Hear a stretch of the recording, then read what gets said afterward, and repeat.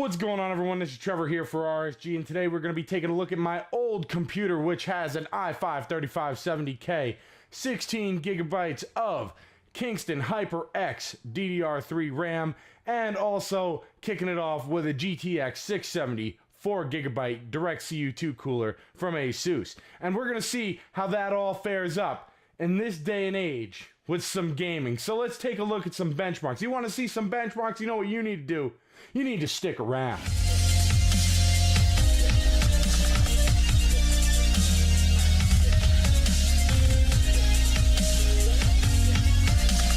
Like I said, we've got a 2012 PC that is not right here. It's actually down on the floor over there, producing this unpersonalized image because I'm not going to personalize this computer, but it is great for giving us some benchmarks. So those benchmarks are going to be games that are not made in 2017, but still give parts in 2017 a run for their money. So that's going to be things like Grand Theft Auto 5. We have BioShock Infinite and Metro Last Light.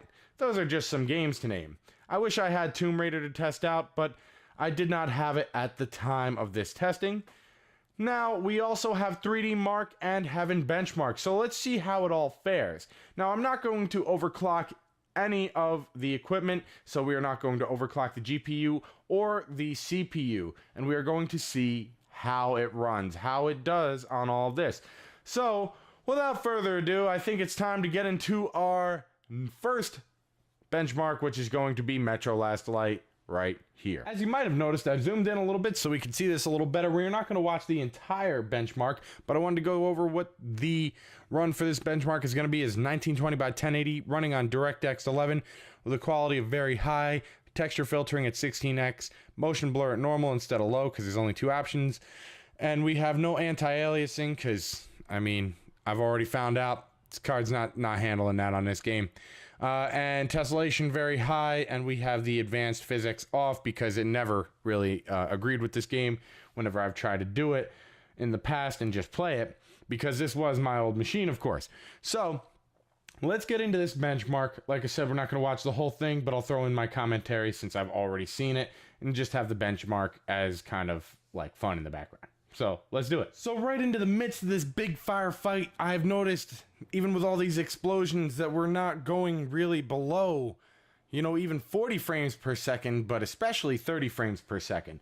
Now, under the 30 frames per second, I've seen very, very, very few times, which is down to like 29. So that's like nothing even noticeable, and it jumps right back up. I'm seeing like right here a steady 50 frames per second on some crazy stuff. I don't think a console of today can even produce that on the settings that I chose, which is 1080p and this very high quality. It was very, very amazing to watch, actually, to see that it's doing so good with such a stressful game. I mean, look at that. Average frame rate is 48.84.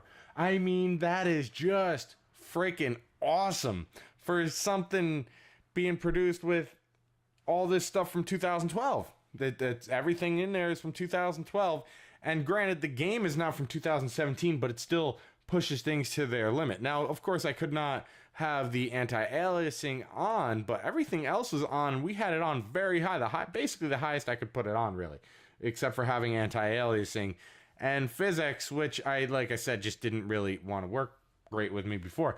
So wow, that is pretty impressive.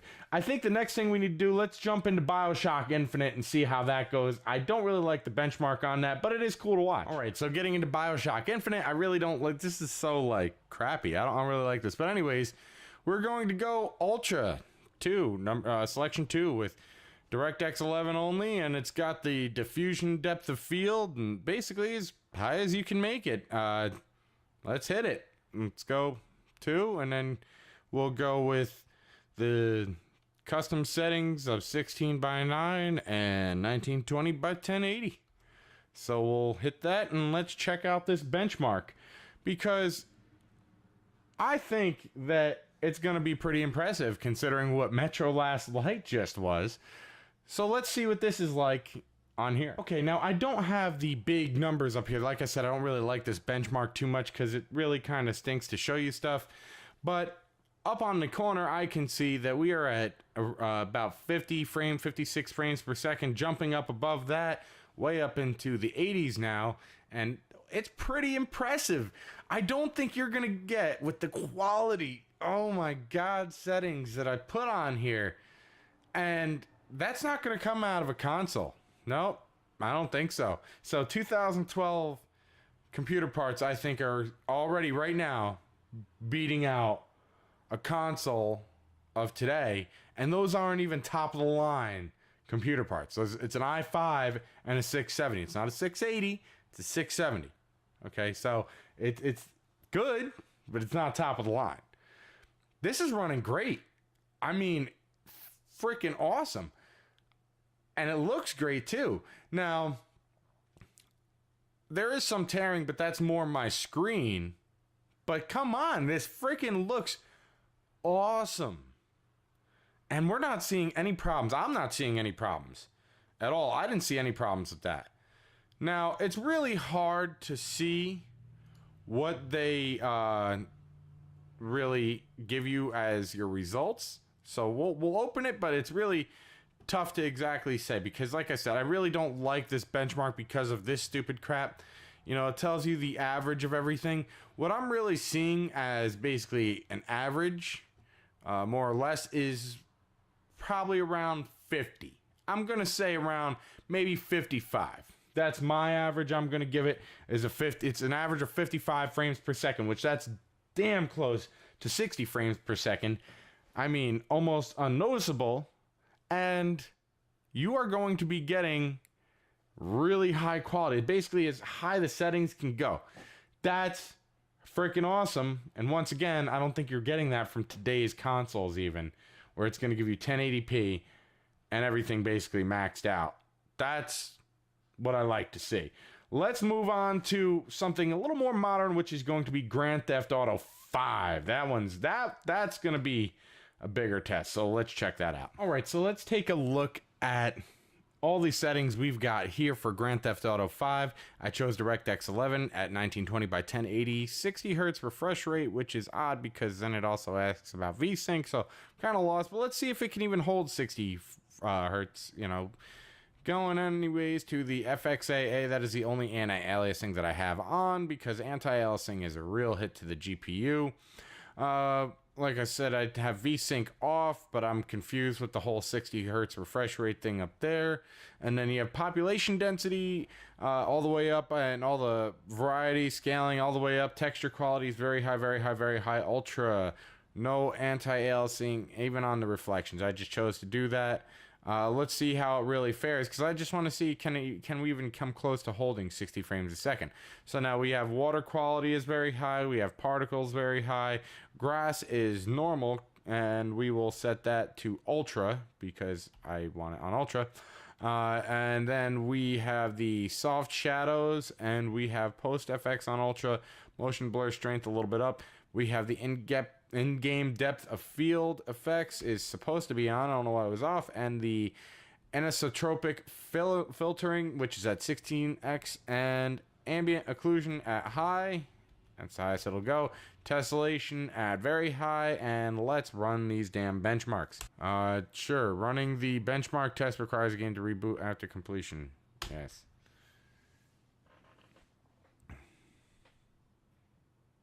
This is going to be the first benchmark that I have not actually run before we made this video here. So once again, I still don't think a console's doing what this 2012 machine is doing, but you are not going to be putting this up to 8x anti-aliasing, but you can put it up to 4x with FXAA and TXAA on, and it'll look really crisp still. And you'll be actually playing around the 40 frame per second average kind of mark. Really, I mean, it does sometimes drop down closer to the 30, but it's still doing better than most consoles will actually do. Pretty surprising. But I'm pretty shocked. If you want the 60 frame per second kind of gameplay, though, or higher, you're just turn off the AA. If anti-aliasing doesn't really matter to you, and you don't see that much of a difference, just turn it off. Because your frames per second will go right up to more around like the 70 range. It's really nice.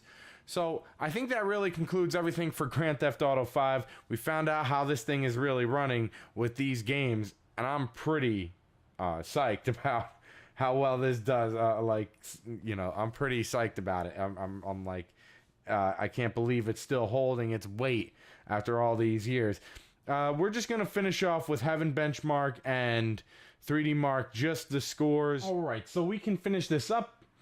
Let's just jump right into Heaven Benchmark. I've already done the stuff with the 3D Mark 11, so let's talk about that. 3D Mark 11 went amazing with the Skydiver test when it came to the graphical side of things, but when it came to the physical side of things, the physics side of things, it of course was great at the beginning, and as it went down, it progressively got worse, but I mean, that's going to happen with any. It eventually went down to about 20 frames per second, but that's just has to do with the CPU. When it came to the GPU, it was just going amazing, even getting scores above 100 frames per second towards the end. And I just have to say, that is amazing to see. Now, when we did Firestrike, holy crap, it only did about 30 frames per second on the first graphical test and 20 frames per second on the second graphical test, and just forget about it on the physical test, really. But I mean, it still fared, but not too well. Mind you, I did have everything set to basically ultra with anti-aliasing off.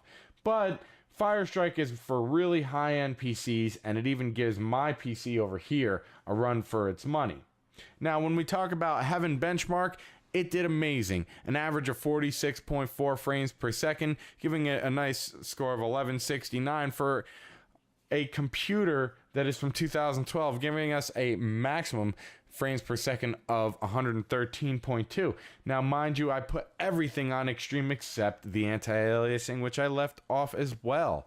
And holy crap, I couldn't be happier with the performance this is still giving all these years later. I mean, we take a look at how this really did on Metro Last Light. We could definitely play around 60 frames per second, with 55 frames per second really being the average. So that's basically 60 frames per second. And then you had about 70 frames per second being the average on BioShock Infinite, both with their anti-aliasing off. That was about 50. The one that was up in the 70 range was actually Grand Theft Auto 5 with the anti-aliasing off, and all these had their settings to the max, except the anti-aliasing. Now, Grand Theft Auto 5, we were able to actually put the anti-aliasing up to 4 times for MSAA, and then we had TXAA on, and FXAA, giving us really a great look to it all, and still producing over 30 frames per second on average, which you really have to give credit to these old components for really just still pushing away. And of course, air cooling, making sure that that's all still working, because it's just air with a fan, and the fans are still pumping away too. So give it all credit. But I think that really sums it up, that this 2012, not even top of the line machine, is still a monster, and I think could still put a whomping in any console put out today. And you could probably find these parts for a relatively good price online. So I think that wraps it all up here. I want to thank you all for watching this video. If you like this video, give it a thumbs up. And if you dislike this video and give it a thumbs down, well, maybe let me know down in the comments. What kind of computer are you running if it's an old computer? And what kind of FPS scores are you still getting? But, you know, you can also find out other videos that are going to be coming up, and some things that are going on in my daily life. If you just, go and follow Twitter right over there, and then you go and hit that subscribe button down, over in the corner there. You can hit that if you haven't subscribed, so you can see my other videos. But for all those who like watching my videos, I'll see you next time.